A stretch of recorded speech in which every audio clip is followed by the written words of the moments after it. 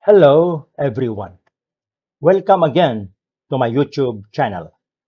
This episode is the 19th installment in my program, Social Change. How and when will it come true? In this episode, we're still on the value or benefit of education right or proper use. To expect money or riches by way of multiple benefits in employment, which is not right, of course, on the part of any person having had no skill development, is like dreaming of heavenly rewards for an earthly life totally spent doing nothing except acts of wickedness. We were told that salvation of a man's soul can be obtained through prayers.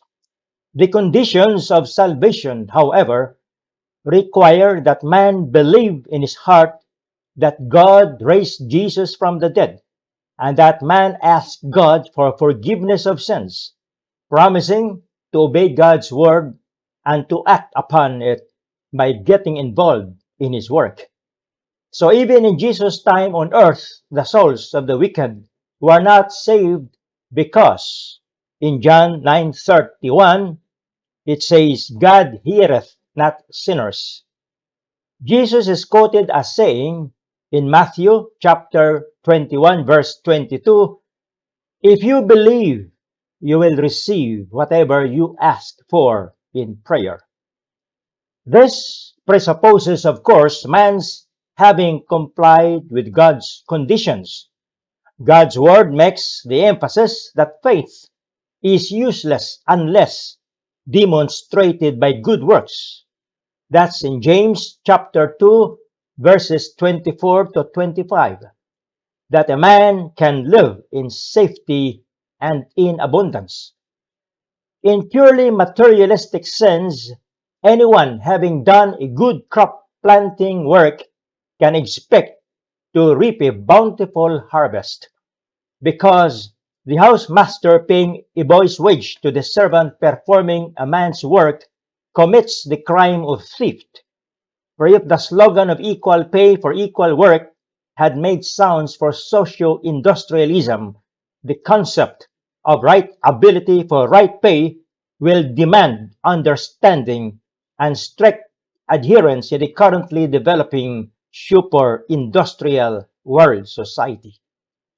Hence, everyone must have to learn the proper know-how, building it up and accumulating more of it as much as possible so that the right pay will come.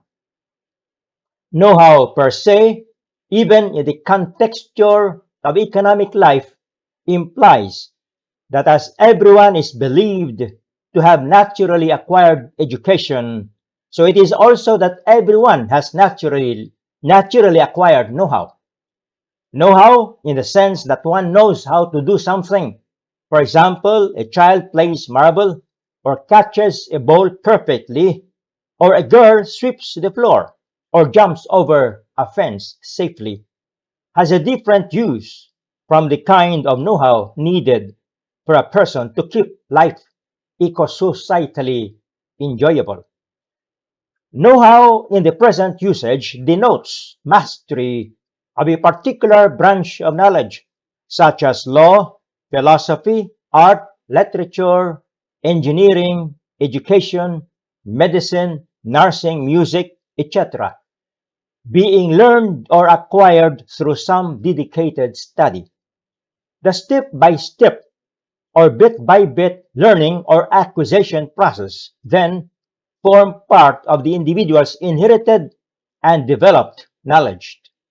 This constitutes as a pool of special skills which, whenever necessary, can be made to function efficiently as income producing.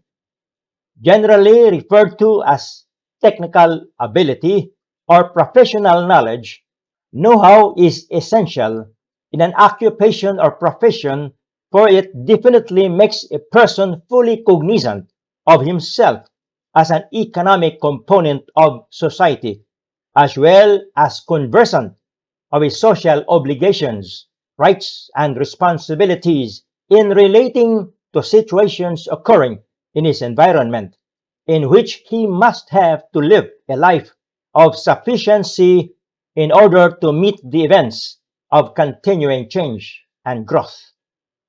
It is for materialistic objective that education is viewed as an important tool of man to sell himself in the developing super-industrial or post-industrial to an emerging new world society. And even that post-industrial world, if one of that kind ever happens to exist, will be unkind to the less educated guy that equips himself not techno-educationally. Indeed, what would become of such a lowly literate individual who may easily be lured by bad barkada gangs with no gainful employment and lacking the much needed technical skills? Since, as we know, thousands of millions are dropping out of schools year in and year out, becoming wrongdoers whose chance of further schooling will never come. What prospects of livelihood will there be for the multitudes of simply initially schooled grown-ups? And worse, when added also to the almost equally big number of illiterates. Thus, to relegate large numbers of people into complete insecurity, as is happening to the millions of children living in harsh surroundings, suffering from crippling handicaps, and remaining illiterate and or lowly educated, or initially schooled, as those flocking into metropolitan and urban centers would not solve the problem of problems. Two of these problems are unemployment and the poverty of the great masses of our people. What has made the situation for the less educated, and surely for the poor, much worse is the fact that job providers have upgraded their employment requirements. Unlike before, where there was no need for it, current job qualifications call for a college degree. As an evidence of one's educational background, a college diploma has now become indispensable in the work arena. It is a passport for applicants to be surely accepted for employment. No wonder why millions of college stop-outs or dropouts could not get themselves accommodated at work sectors, for even in the simple area of janitorials like sweeping floors or cleaning office rooms, cutting shrubs or on school grounds, and similar places now require applicants with some secondary schooling. Persons with the right know-how for keeping jobs and with the right knowledge for adjustability to conditions in changing societies cannot be made victims of unemployment. This observation made way back several years ago by Arthur Pearl and Frank Reisman in their book entitled New Careers for the Poor. On page 35 thereof is no doubt still very appropriate for our time and for that which will follow. Education, so they say, emerges most constantly as the panacea for the poor. With much emphasis, they point out the reason as being plain and simple. Open quote, the poor remain poor because they lack the skills necessary to function in a society driven by advanced technology, and education would provide the poor with the skills they so desperately need. Close quotation. Education, therefore, is the ultimate solution to poverty and unemployment. Towards this end, Camilo Osias, a distinguished Filipino educator and prolific writer, on page 67 of his well-known book entitled The Filipino Way of Life, has pointed out the following. Open quote, the utilitarian aim of education is to satisfy the immediate physical and practical needs of man and society in securing food, clothing, and shelter. Such is the aim of education besides the transmission of human culture from generation to generation and the development of personality and character or the refinement of the mental and spiritual faculties of mankind. A more illustrative view of education is no less expressed in the Bulletin of Information of a certain university of high standing. It reads in part, the college aims to combine the cultural and the practical. This, we understand, is the most important function of education in the modern world. Education, therefore, is to serve as a vehicle for employment.